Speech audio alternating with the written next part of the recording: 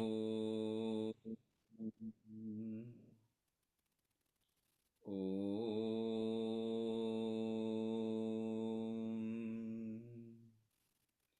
Om Bhur Bhuvaswaha Tatsaviturvarenyam Bhargo Devasya Dhimahi Dhiyo Yona Prachodayat. Om Shanti Shanti Shanti. My namaste to everyone.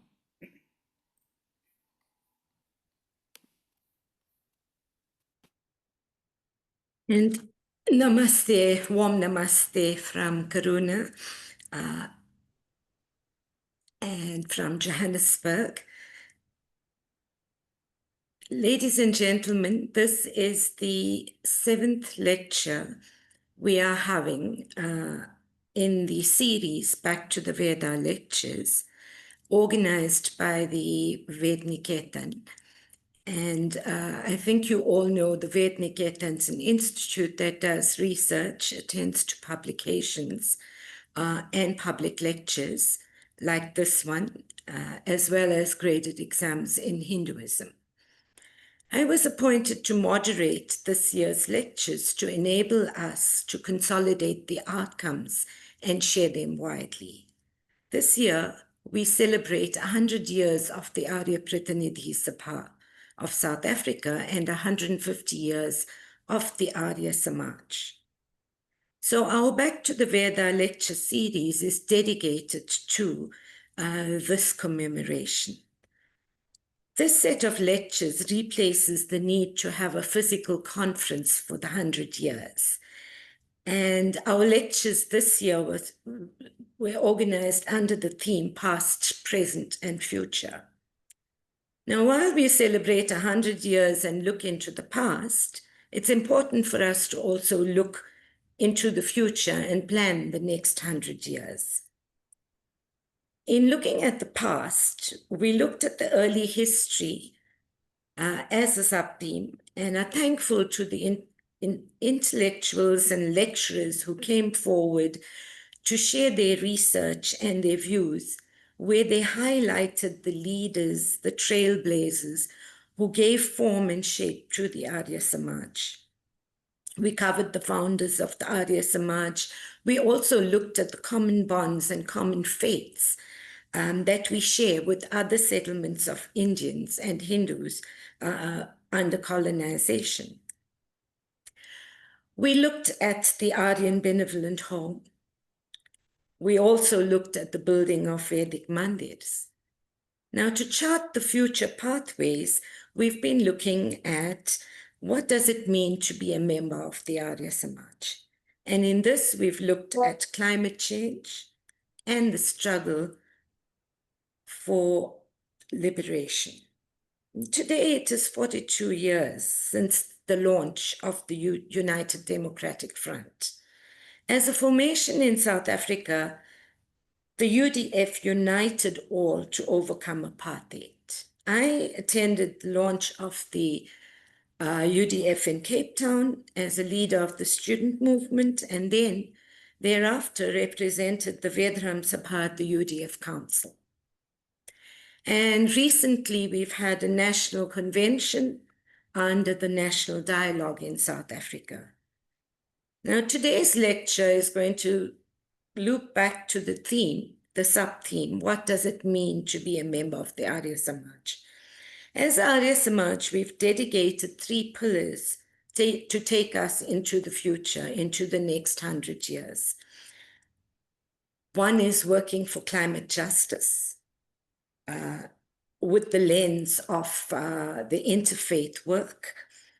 Again, with the lens of interfaith work, the second pillar is about tackling the scourge of gender-based violence. And the last one is to be patriotic to the country of our birth and where we earn our money.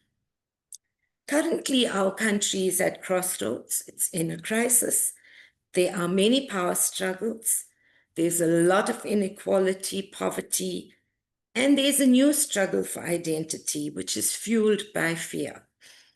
In this month, the August month of our 100th anniversary, we focus on inequalities and identity issues. And it's very apt that we do that during Shravani, where we renew our commitment to the Yajnapavid, the threads of three bonds. We're looking at inequality and identity crises we face. At the same time, we tied Rakis earlier this month, and Shan and Kiran Bhai, really sorry, I didn't send you guys your Rakis, but it was to cement existing bonds and to create new bonds. We focus on these issues at the same time. In this month, we also devoted this month to planting trees to reduce the carbon footprint. And we also, at the end of the month, on the 30th, holding a workshop to tackle socio-legal problems that gender-based violence victims and families face due to social ills in society. We are launching, and we've launched it already, a Yajak program to take Vedic values to communities. And on Saturday, this Saturday, we are hosting the Pandit Natdev Memorial Lecture. And the topic that will be covered is the Constitution and religious identity. On to today's lecture. It gives me immense pleasure to introduce you to Neeshan Bolton, a former educator, former Deputy Director General in the Gauteng government, a devoted father, dear brother, and activist who is currently the CEO of the Amit Kathrada Foundation, a foundation that has been around for some 20 years, working on non-racialism and democracy. Shanbhai is going to cover the South African dilemma of inequalities and identity. Shan, over to you. Thanks, Karuna, and greetings to everybody. And I'm so glad you've mentioned the issue of the UDF. I happened to be there as well, but I went on behalf of a netball association that the Lenasia Youth League had in fact established as part of our own youth work. Also to note that Raksha Bandhan this year took place on August 9th. And, previously the Brahma Kumaris, when Sister Shirley was around, and when Kathrada and Chiba were around, they would go and get their Rakis tied every year. One of the things that, identities are fluid and identities need to change. And it struck me that we've never made the issue of tying Rakis something that needs to become perhaps a South African practice beyond those within the Hindu community who do it. I know when I went to school, in high school, it was a common thing for people across religion to tie this. Today, it's a very narrowly practiced thing and understood and appreciated. And I think we missed an opportunity to get the president to be tied a Raki. It was too late for me to get the Brahma Kumaris to do it and to try and get it done. But it's something that I think we need to begin to promote and advocate for, so that I think it's beyond symbolism. The meaning behind it and the association, I think, can aid in a hell of a lot of the work that we all dealing with around GBV and just the violence towards women. That's just as a side issue. I've been asked to talk to you about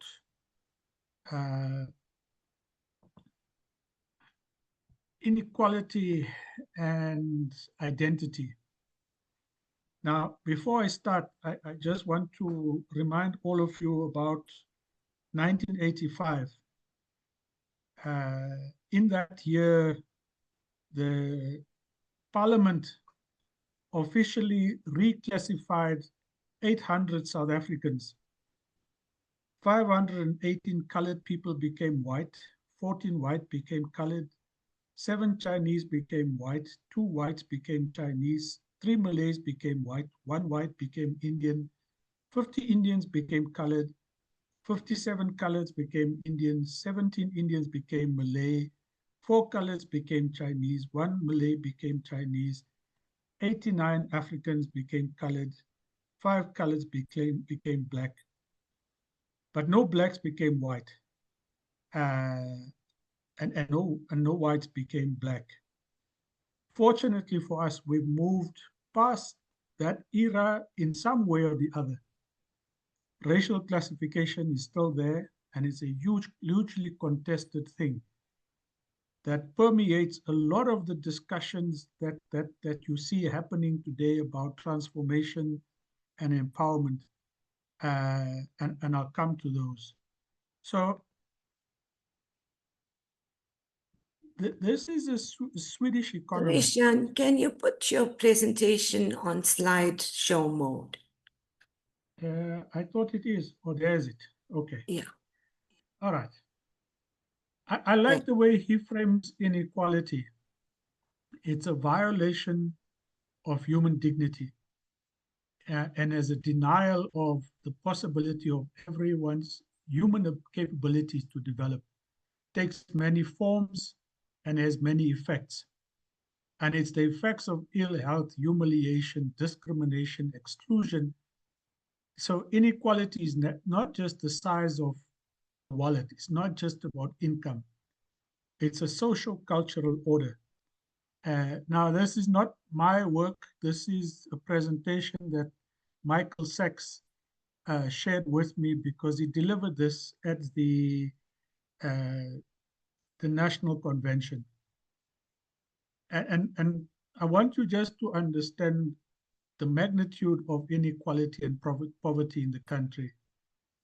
Using a minimal poverty datum line of 797 Rand, that's 26 Rand 50 per person per day. You will see that we get to a definition of almost 30 million South Africans who are poor, and 15 million who don't have enough food. And you can see the tracking of this, and a lot of these stats, for some reason or the other, were last collected by 2015, or at least that's what Michael was able to find. But these numbers probably would have increased. Doesn't make them any less scary, though. Unemployment is a huge issue that impacts on poverty and inequality. You will see there just the numbers of people without work that is in fact intensified, and then the informal nature of work as well.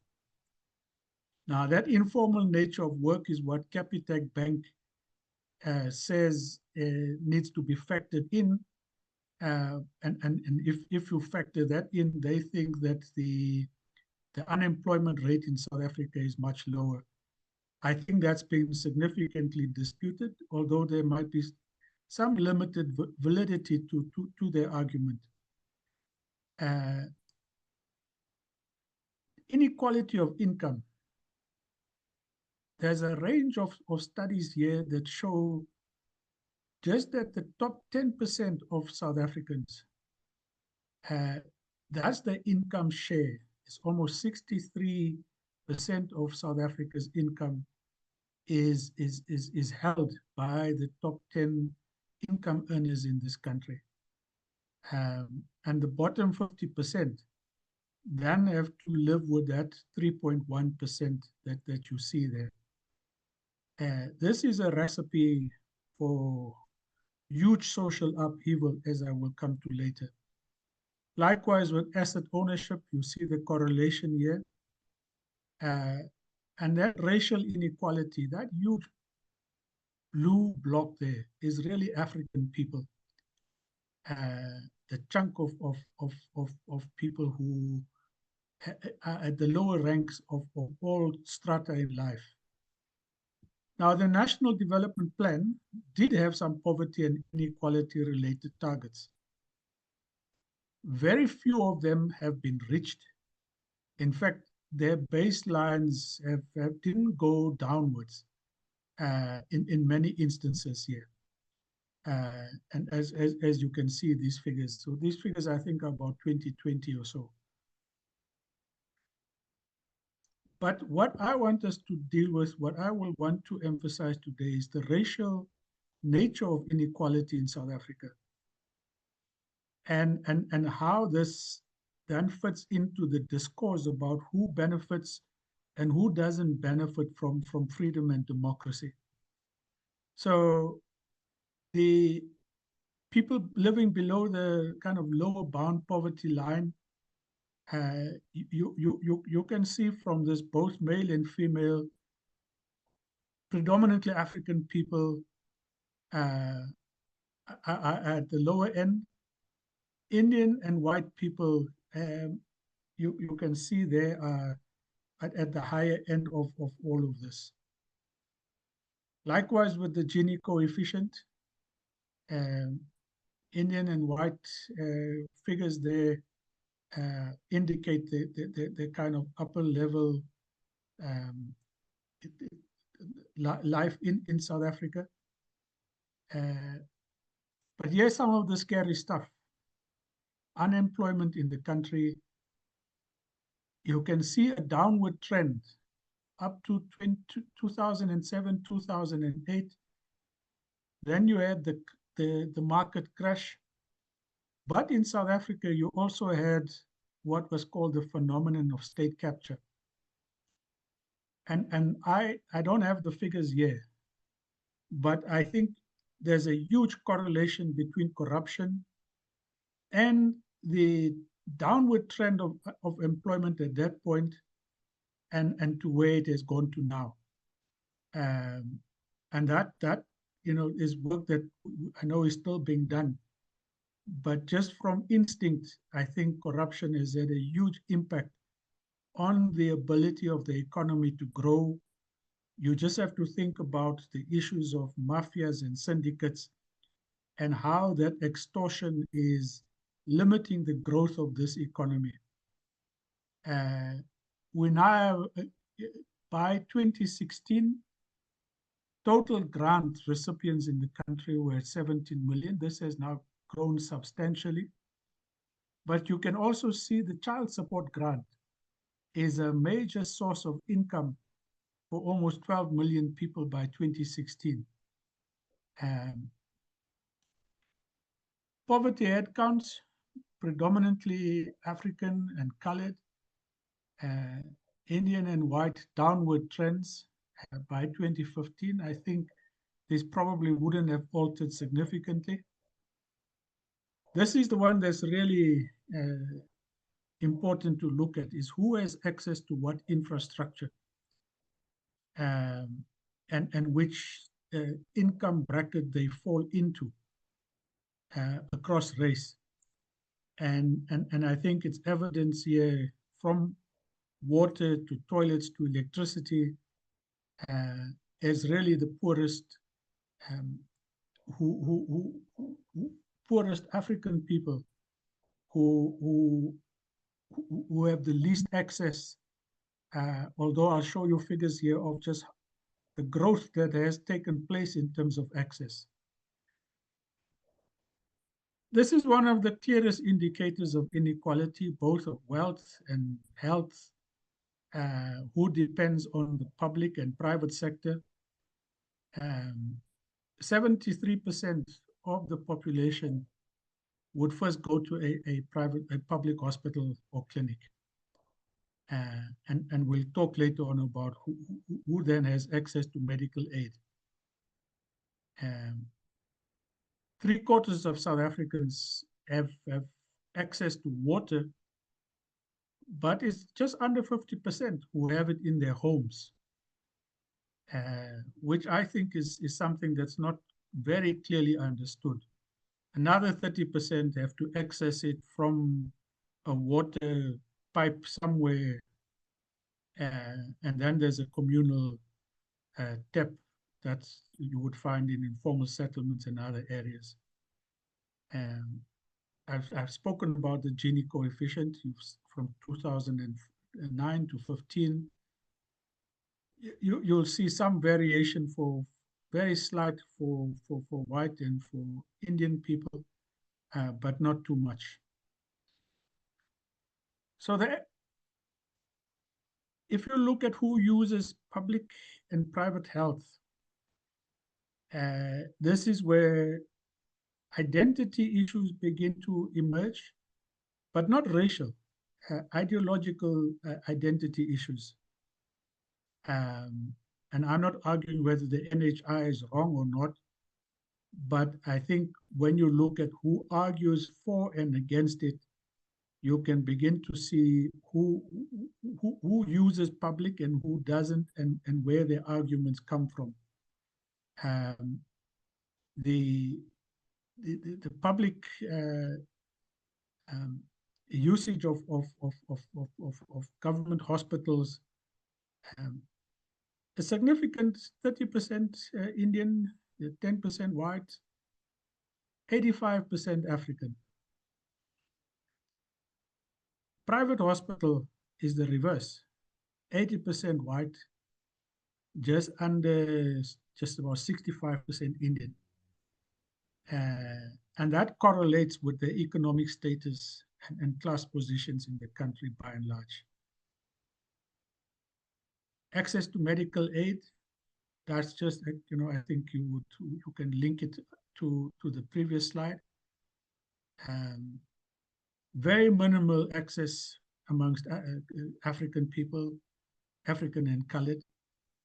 Much higher take-ups. If you look at white medical aid, just hovering 70 at times under 80%.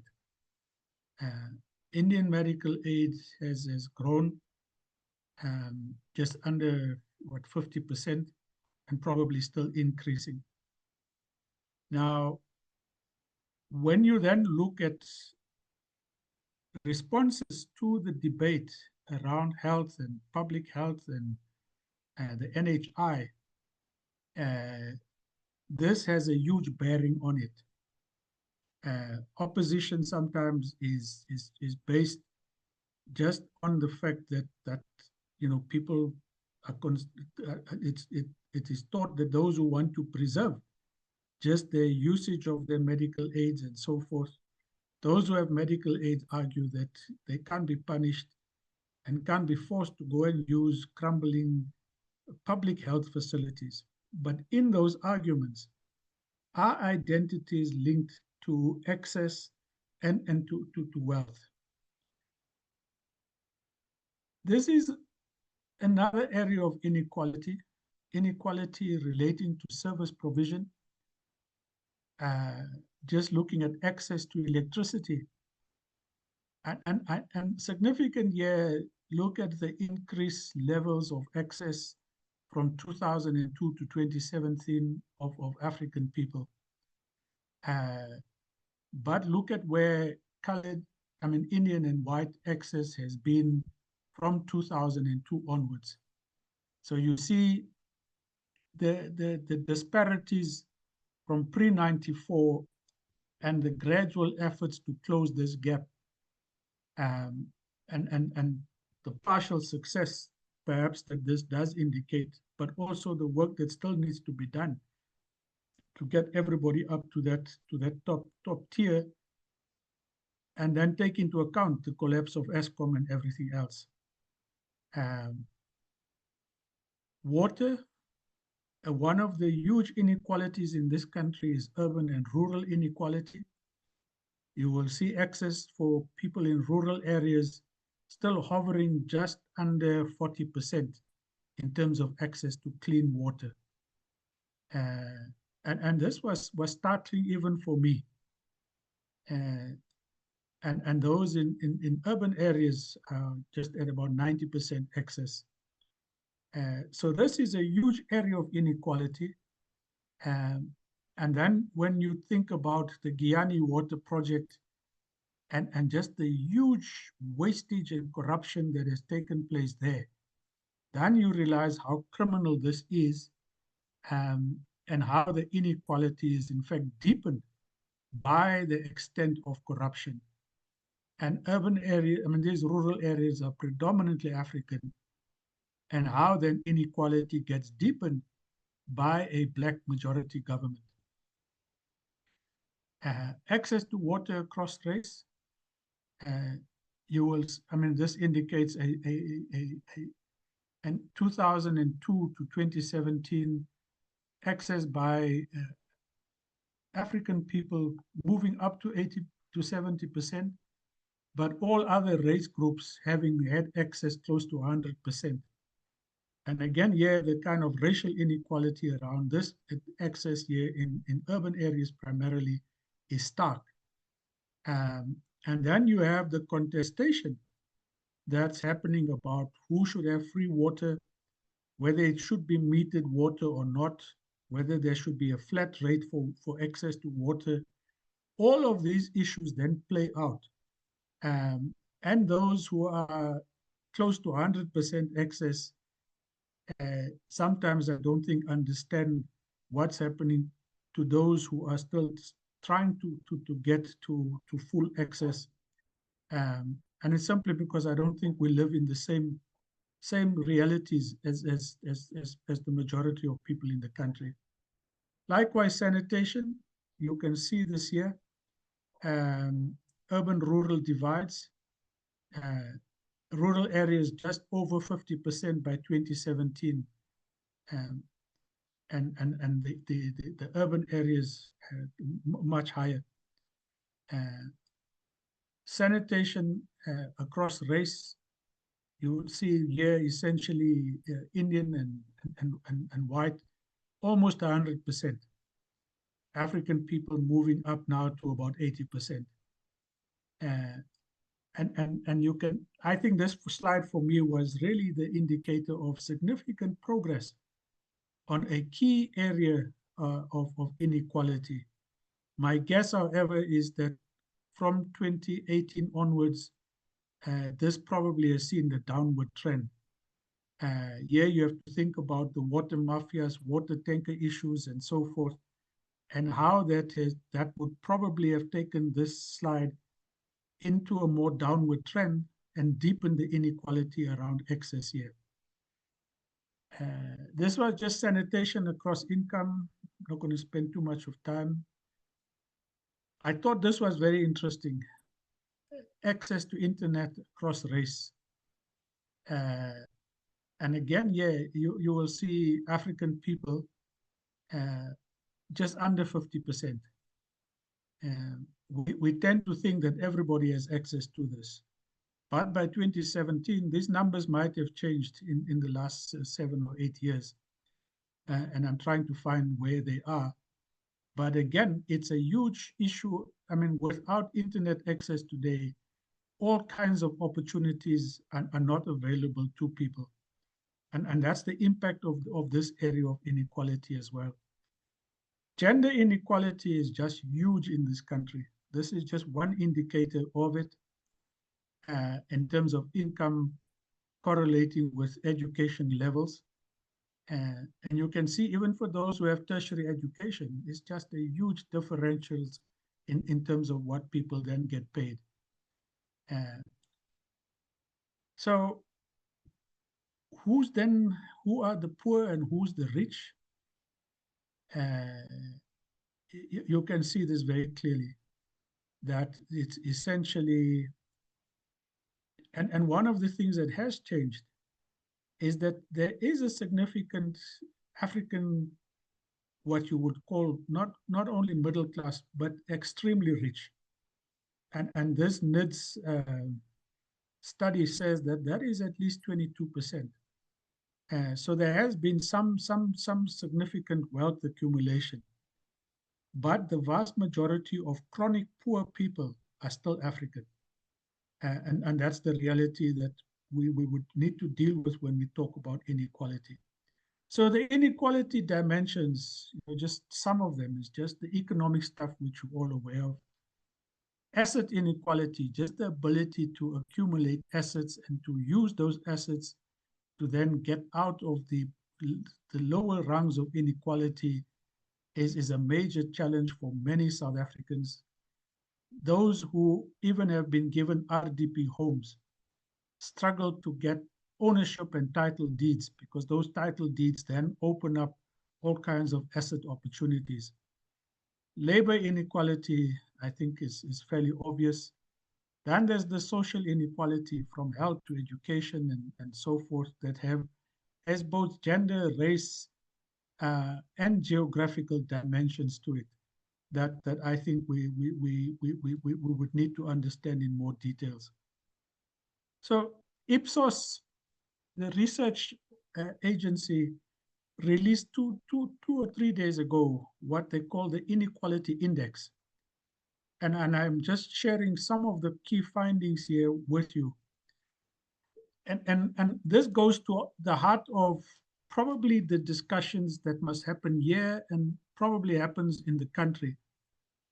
But in terms of how do you respond to inequality and what causes it, whether it's that people need to, that their chances of success depends on their own merit and efforts, and 43% of the 17 or the 29 countries, the average, or 42% say that yes.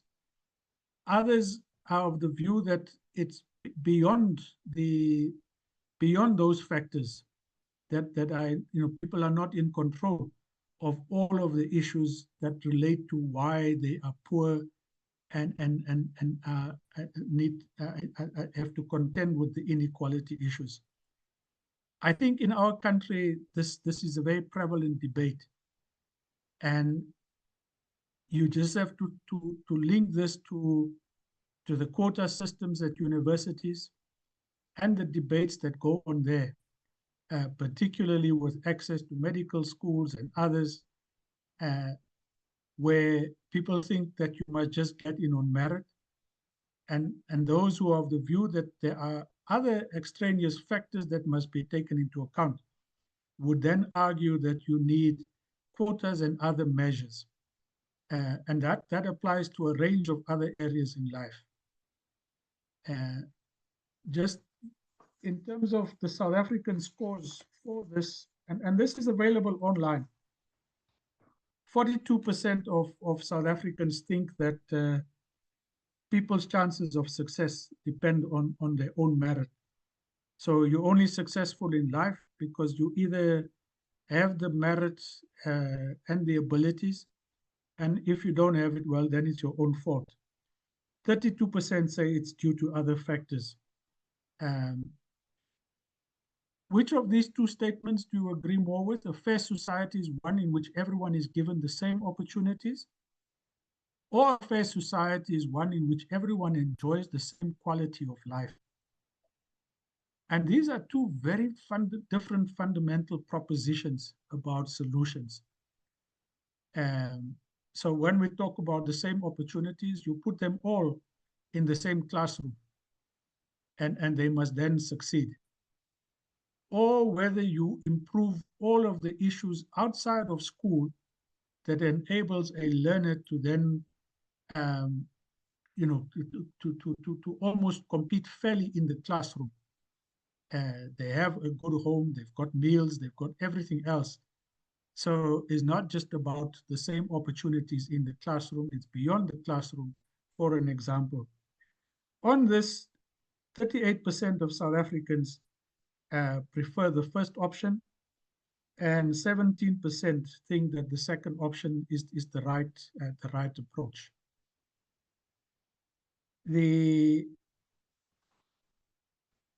50% of these respondents from 29 countries say that inequality is the biggest, most important, or one of the most important issues. Very few say that it's not an important issue. So there's acknowledgement that inequality is an issue.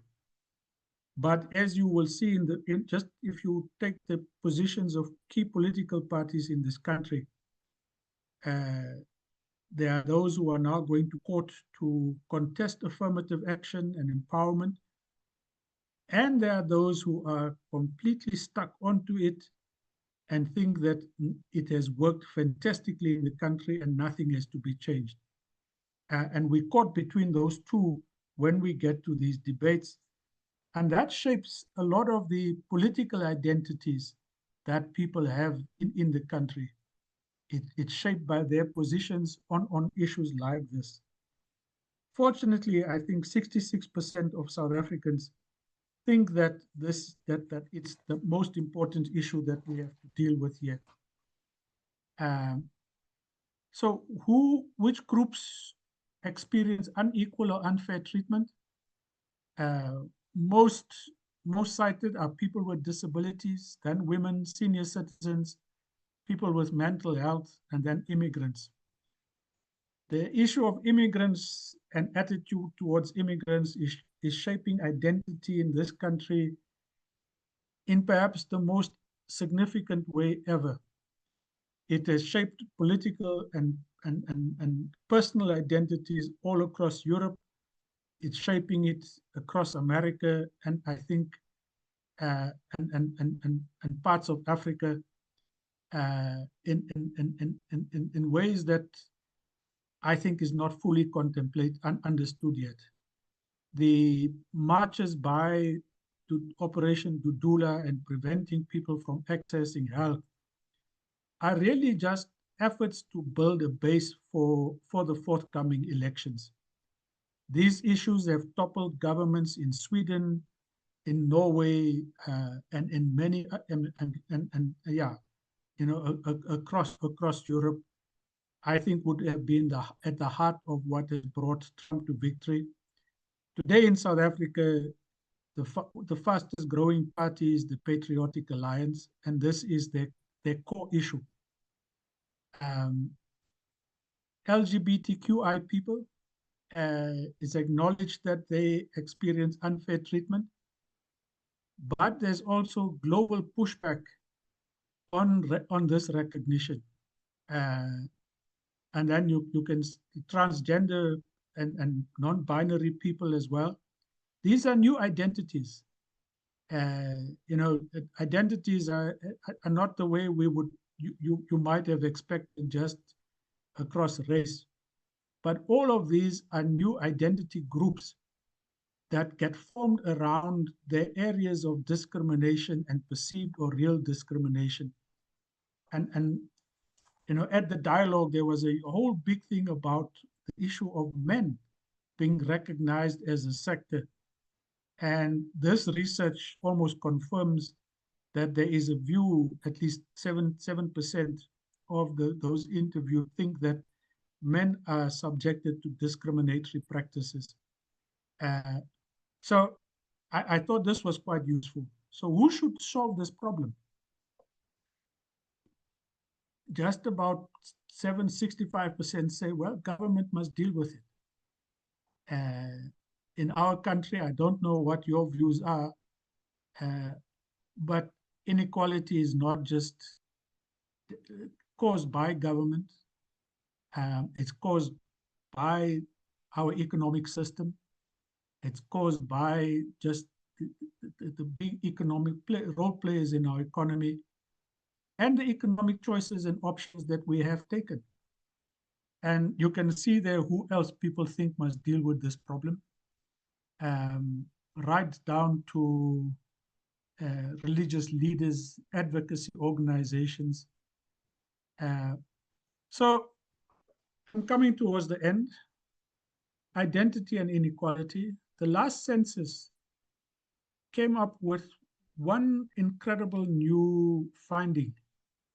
that 12%, 10 or 12% of those who filled in identified as people coming from mixed races and didn't fill in any of the categories that were there. So there's a new identity emerging in South Africa as those who feel that the existing racial categories don't define them anymore. There is also growing opposition to racial categories, some for reasons that I think are an attempt to hide their beneficiary status from the past, because what these racial categories at least have done is to help us understand who benefits and who doesn't benefit. It does get abused, like in eThekwini, where Indians are then identified as a group who can't tender for stuff in that municipality.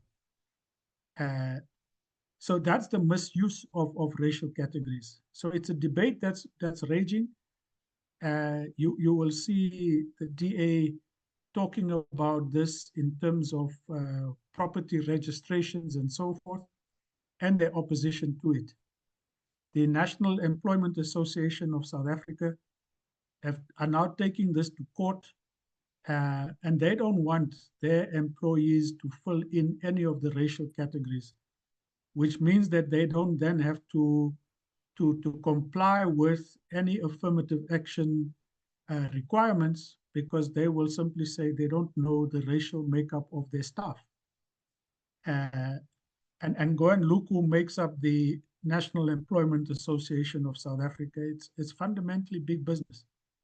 So opposition to affirmative action, quotas, and empowerment is growing.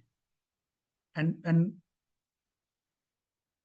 it's growing, but there's also some of it that makes it difficult to argue against when the abuse of this has been so glaring, in terms of people being put into positions of power, not being capable of doing the job, people getting contracts, not being able to deliver, and then you see the abuse of the intended purpose. But I would argue that we need to look at the original intention and perhaps see where these need to be refined, or other ways of still reaching the same objectives. And these are important discussions that the Samaj and others would need to start engaging in. Political identities and inequality is a big thing. The PA, as I said, are moving on this. They blame foreigners for inequality. And there are many people who are genuinely poor and who are angry, and whose political identities take them out of the system to ones who generally don't want to then vote, which leads to the voting patterns and inequality. My reading of those who haven't been taking part in elections are predominantly people who have not benefited from this democracy, and they're predominantly poor and unemployed. I've dealt with some of the ideological issues. Gender, I've mentioned. Geography, I've showed you some of the slides. And all of this relates to the different identities that South Africans hold. To conclude, inequality shapes our identities and worldviews. I think the ability of people to interact across class, and especially if you take those living in informal settlements next to settled communities, the inability of people to understand each other. You wake up one morning, there's an informal settlement next to you, and the immediate response is, these people must go. Those who have occupied the land say they have a right to be there, and they are antagonistic to those who now live in residential, in homes. And there are two different identities that evolve. We had a session with people across Joburg 2 weeks ago who were affected by issues of water. In the room were people from Sandton and others from areas that had been occupied and we have to draw water from polluted rivers. Both have water problems, but very different water problems. And were at pole ends of how to now deal with the issues, until they realized that they had the same, that their problems with water was about access and accountability. And what kind of access those who live in occupied and informal settlements need to have, and what is the accountability of the municipality to deliver to those standards. Likewise, those who live in settled communities need to have a guaranteed level of access and clear accountability mechanisms. And in framing their demands to the municipality now, we've managed to find common ground and overcoming the different, almost different identities that people came into that meeting with. Hopefully they now develop a common identity on this issue at least. Inequality and poverty is a huge danger to our democracy. On the one hand, you have the power of elites who now shape our policy and the narratives around democracy. I think a huge threat to our democracy has been the increase in the party threshold announced by the president. So now parties can get up to 200,000 rands without having to identify where that money comes from. And that there's further, I think it's the limits now have gone up from 15 million to 30 million a year from a single donor. And that essentially means that those who are in the higher economic brackets have a greater stronghold over our democracy because parties need money in order to survive, which then leads to growing distrust of democracy by those who are not wealthy. And that leads to a rise of right-wing sentiments and fascism in some cases. What we're also seeing is a decreased interaction across income groups. Although I must say, I think what Abashlali does in Durban in trying to get people across different income groups to at least understand the issues is worth looking at. What we are looking at now is economic segregation. And if inequality and poverty is not addressed soon, I don't think I don't think it's an unlikely scenario that we will see an Arab Spring here. And if a leader like Mkwanazi and others are at the forefront of that, then there's sufficient grassroots anger and issues. It needs somebody to light the fuse. And at the moment, that fuse has been contained by the thousands of welfare and relief organizations who really ensure that people have a meal to eat every night. When that is no longer possible, then those hungry stomachs are going to find common ground based on their inequality and poverty. And then I think the country is in serious trouble. So, Karuna, that's really my long story. I hope I've not been rambling on just unnecessarily. Thanks. Thanks, John. Ladies and gentlemen, I know we have a difficult lot of things looking through all the stats that Jean presented, but I think what might be nice is if we could raise our questions, our comments, and say what what impact this has. I don't think we expect, everybody to take in everything, but a lot of our organizations get busy looking at supporting and, wanting to assist people who are poor. And when we're looking at what are the social ills, we also need to understand what's the root causes. And I think, Shan, you did an excellent job of presenting the root causes that's shaping new identities in the country, an identity of people who are living on the edge, and why are they living in that precarious state? Okay, so are there any questions, any comments?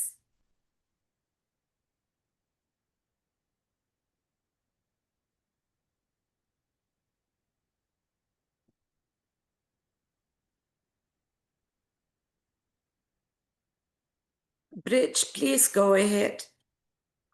Hi, Shan. Excellent presentation. I hope you share it.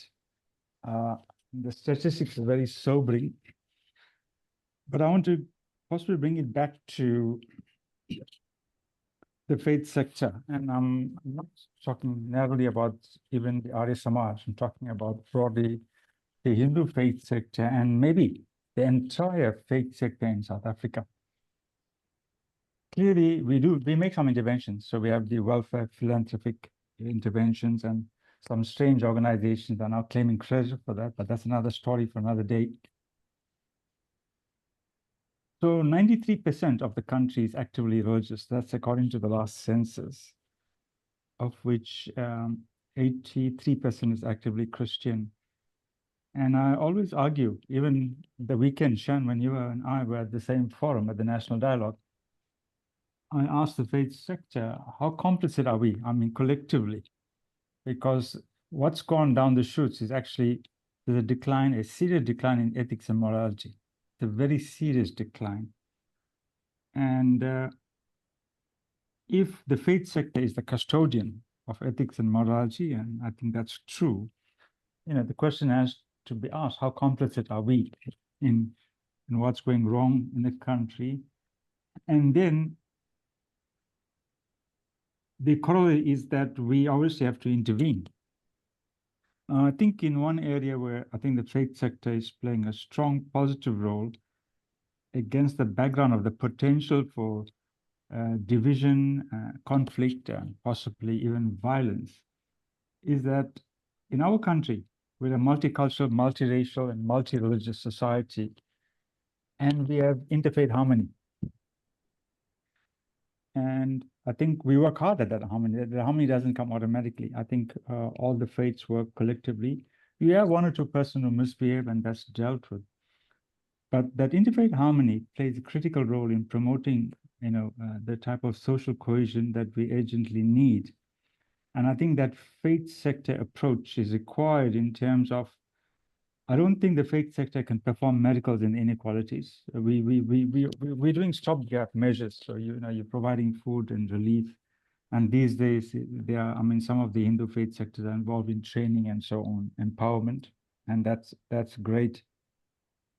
But in terms of, for the past 2 months or 3 months, the xenophobic outbursts in public forums, etc.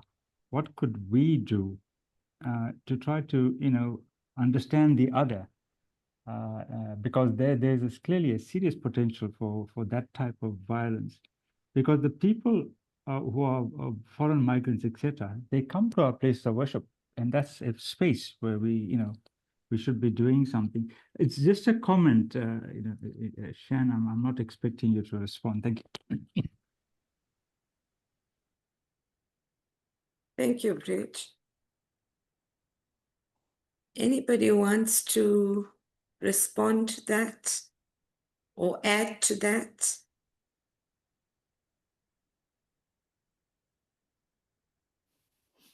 Namaste, Karuna. Namaste, Kiran. Go ahead. I was going to call on you. I would just like to say that the presentation, and especially the statistical data that has been shared with us, is it's mind-boggling. And it's also it gives us an indication, because we live from the news that we watch on TV, and we live by the paper and the news articles that we read. So we make our own assumptions, and we assume that, you know, we are also being exploited to that extent. But when we look at the statistical data, it shows there is growth in certain areas, but very limited growth in specific areas, like areas of need, like water, electricity, and those areas. So the question is, the government controls most of these services that we need. And so I would like you to just expound a bit in terms of the corruption that is being exposed, in terms of like even South African Airways, Eskom, the water boards. What is being done about it? And with all the research that is being shown and being done, why don't we see, or we've seen the boards that have been doing the investigations, but we see none of these fellows in orange overalls? Can you give us an explanation for this, please? John? Well, I want to just just in terms of Bridget's first point, I think there's amongst the faith community, there are also, look, as much as Christianity is the biggest religion in the country, I think we also need to see who are the fastest growing churches amongst Christians. And you will find that it's the evangelical churches put up their tents, who really exploit people to a huge degree, and who have introduced a new culture of Christianity that I think it fuels the kinds of corruption, the kinds of elitist mindsets, the craving for a good life, for big cars and what have you. And in intersecting then with, and you've seen this chap who's run away to Malawi, is the intersection between those churches and criminal syndicates and corrupt politicians. Is a whole new nexus that I think is something we need to understand better. But one of my biggest fears is that somebody at some point will talk about Christian nationalism as a mobilizing identity for Christians in this country. And should that come about, you would have the kind of Trump effect here. And perhaps I think Modi would be a far better example of then on a religious base and a religious identity, get into political office and power. So I think, Bridge, the faith community, I think needs to understand, and maybe it has started doing that kind of analysis. I do think it can address issues of inequality. I think through its calls onto those in political office to look at some of the possible solutions to this kind of inequality, the monitoring of service provision, the unequal treatment of people, is not within its, not beyond its scope of ability. Kiran, I think what our analysis is that for a while, just after Zondo, we had seen state capture and corruption. I think there was a greater sense of purpose and focus, or an attempt to deal with it. So in essence, I think at the big SOEs, that has been contained. You don't read too much about Eskom, Danel, SAA, and issues of corruption there, because those boards have been changed, cultures have been changed, and there's greater scrutiny. the SIU, the Hawks, and others, there have been significant numbers of arrests and imprisonments. I don't have the facts here, but I know that they are there. What has now really happened is the models of corruption and capture have become replicated in every municipality in the country. And beyond municipalities, in the IDT, in school feeding schemes, in SGBs, and hospital boards, and clinics, and so forth.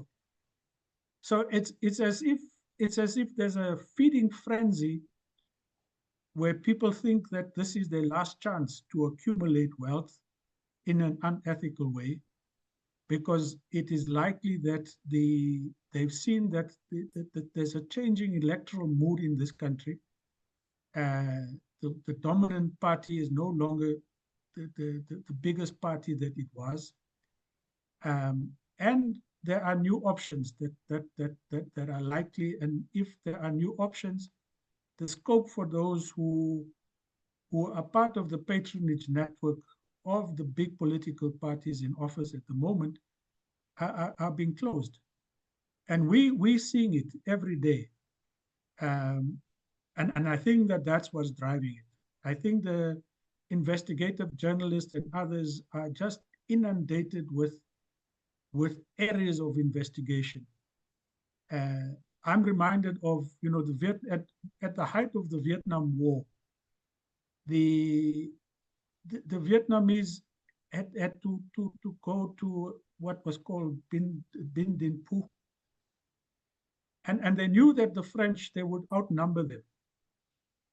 And they knew that in attacking that hill, they would lose thousands of their people. But in terms of their numbers, they knew they would conquer them. And I think that's what we're seeing with the corrupt elements in this country, because it's extending now from taxi industries, the funeral industry. There's no sector of the economy that corruption is not prevalent. Government's ability to now contain it is limited, because its own capacity and skills has been replenished, but hasn't grown sufficient to keep pace with the growth of corruption and capture in the country. And that's why we are now beginning to raise this with all kinds of civil society organizations. And in memory of PG's first death anniversary, we will convene a whole range of role players just to make sense of the exact question that you've answered. What have we not done? What has government not done? What still needs to be done to now contain this pandemic that we are now seeing in terms of state capture 2.0, if you want to call it that? Thanks. Thanks, Shan. Madan Bhai, please go ahead. Namaste. Good evening, Karuna and Shan. Your very last statement actually answered my question, but I just want to highlight a few things that you have come across in your presentation, which I am acutely aware of. For example, the NHI. The majority of the public is looking at that and commenting that is just going to be another feeding trough if it comes through. I was once in a presentation done by MedScheme where the first slide the person showed was a big balloon and a small balloon. The big balloon was the National Medical Aid Reserves, and the small balloon was the National Health Department's budget. And it's clear what we are looking at there. You did mention we have a majority black government. When the NDP was introduced some 12, 15 years ago, I remember taking it to Alan Munsemi, whom you know very well. And I said to him, this is similar to the blueprint for excellence that we had in Nestle during the years that I worked at Nestle. And we took point by point what needs to be done to improve things. That was during the time of technological advancement at Nestle, introducing SAP. And Alan plainly told me, what you are suggesting is not going to work because government doesn't read. Nobody in government reads. And that's a fantastic document in any event, what I picked out of it. There was something called comprehensive sexuality education that I was involved in a few years ago, introduced by DBE. It just fell flat. It just fell flat because schools said, we don't want this rubbish that you are trying to introduce.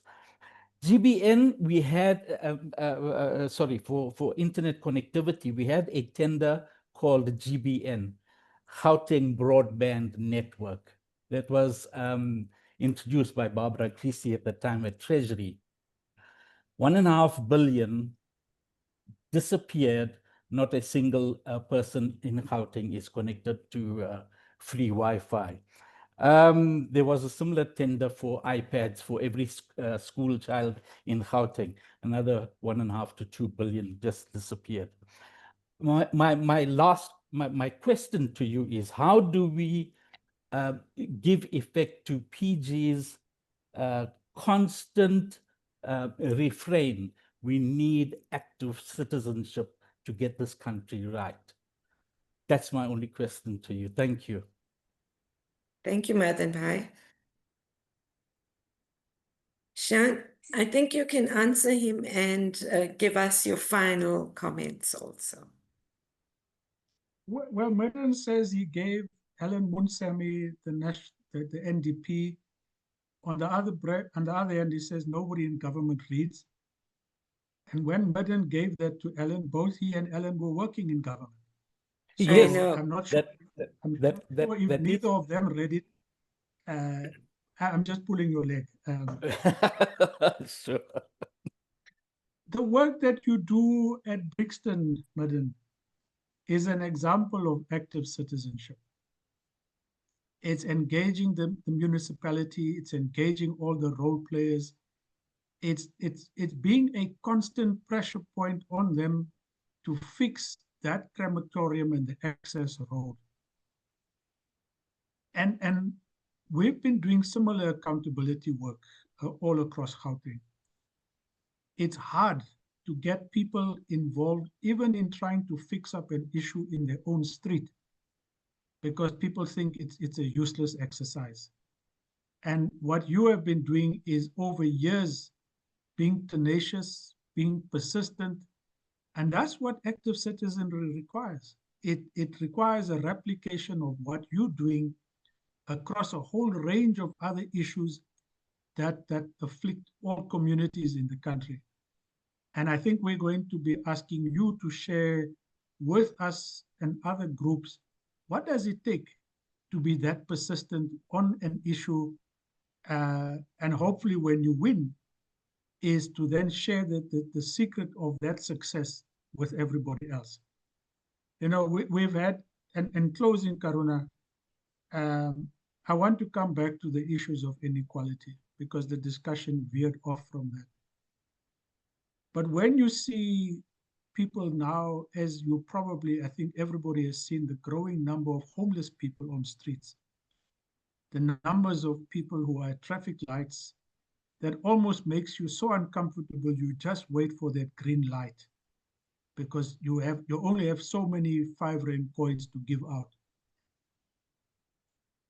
Is some things that we need to really start grappling with. What do we do about the growing poverty, the growing inequality?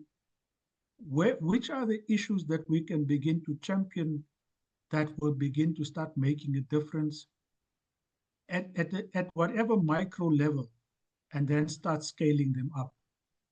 Because, as I said, if this issue is not dealt with, I think the scenarios from the Intrulamiti scenarios there, one of them does say that an Arab Spring is likely as the worst case scenario in this country, and poverty and inequality will get it there unless we begin to find solutions. This meeting didn't ask me to put forward what I think can be done, and that perhaps is a discussion at a later point. Thanks. Thank you very much, Shan. Um, I'd like to now call on Kiran Bhai, but before I do so, our next set of lectures, that's September, October, and November, will focus on sanskars, and we will be having 3 leading lights of the Arya Samaj to actually cover that area. And our next lecture will be on the 17th of September. So with that, I'm going to hand over to Kiran Pai to thank everybody and also to close off this particular session. Kiran Pai, please can you put your video on? Okay. All right. Thank you. Okay. Firstly, I would like to thank our presenter for today, Mr. Shan Bolton, a very in-depth research that he has done, and also it's amazing with all the theoretical information that came through, and gives you a clear reflection that a lot of race groups in the country are still battling out there, and power is still in the hands of the few. Also, what was educative was that, and came out that there are certain sectors that where we all need to work together towards growth and development, and we can do so if we unite and work towards education, acknowledging gender-based violence, acknowledging that there is poverty in the country, and in some little way we can start working towards making some people comfortable, or with just a little bit of effort we can alleviate some sort of hunger. Thank you once again for participating and being with us this evening. A very enlightening session today, and like always, Arya Samaj, we try to cover certain topics that are controversial, but at the same time it has a huge learning curve for the organization. I would like to close with the chanting of a few mantras before we close. Let us just close our eyes and focus on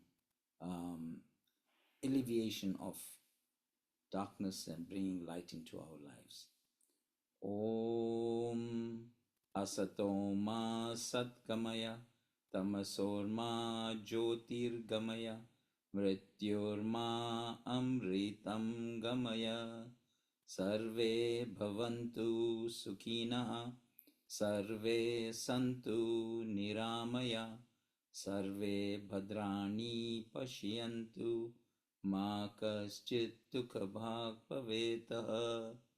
Om Shanti Shanti Shanti. And namaste to you. Have a pleasant evening ahead. Thank you. Namaste. Thank you. Thank you. Good night. Thank you. Bye. Good night.